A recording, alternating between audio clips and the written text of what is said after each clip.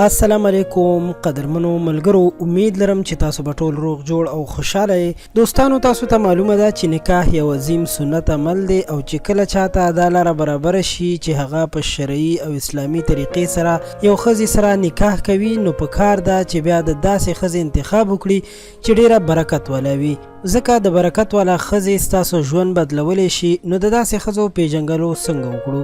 نن موږ تاسو سره په دې ویډیو کې ټول هغه معلومات شریکو. د ویډیو تر اخره را سره پاتې شئ چې په دې ښکلي معلوماتو باندې تاسو هم خبر شئ. خو د هر څه نه وړاندې زموږ چینل خان کلیک در سره سبسکرایب کړئ چې زموږ راتلونکي ویډیوګانې تاسو ته په وخت او په اسانۍ در ورسي. دوستانو، اوس راځو د خپل ټاپک او خبرې اړخ ته. په برکت والا ښځو کې د وړومبۍ ښځې نښه دا ده چې هغه به دینداره وي.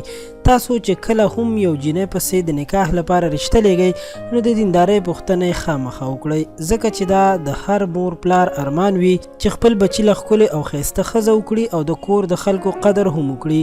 نو که د ښایست سره سره یې د دیندارۍ او کردار پوښتنه هم وکړئ، نو دا به ستاسو په آینده ژوند کې ډیر مثبت رول ولوبوي، ځکه چې دیندارۍ یعنی مونځ، اودس او د الله پاک احکامو په ځای کولو سره په کور کې برکتونه راځي. نو که د دې خبرو خیال وساتل شي، ستاسو کور به د برکتونو نه ډک شي او خوشحالیانه به در باندې راشي. د برکت والا او ښه قسمت لرونکو ښځو دویمه نښه دا ده چې د خاوند کور خپل کور ګڼي. قدرمنو، کله چې واده وشي، نو زیاتې ښځې داسې فکر کوي چې زما خو اصلي کور زما د پلار کور دی. د خپل کور هره وړه او غټه خبره خپل پلار کره وړي او هلته مشورې اخلي، خو د خپل خاوند کورنۍ ته هغومره اهمیت او وخت نه ورکوي. نو دا ښه خبره نه ده، ځکه چې د جینۍ اصلي ژوند او کور د خاوند سره شروع کولو نه وروسته شروع کیږي.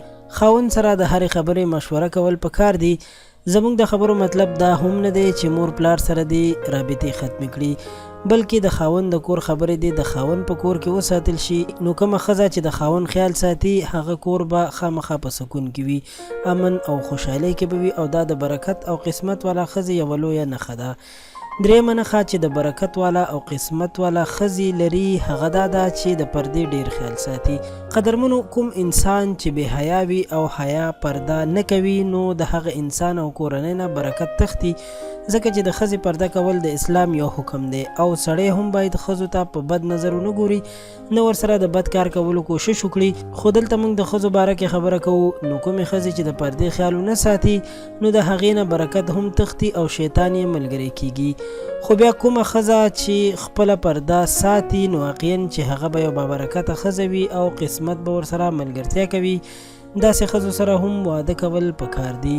قدرمنو دوستانو، د خان کلیک چینل دا معلوماتي ویډیو همدومره وه. امید لرم چې دا معلومات به ستاسو خوښ شوي وي. ویډیو در سره خامخا لایک کړئ، زموږ چینل خان کلیک در سره هم سبسکرایب کړئ. تر بیا مو په لوی الله سپارم. د الله په امان.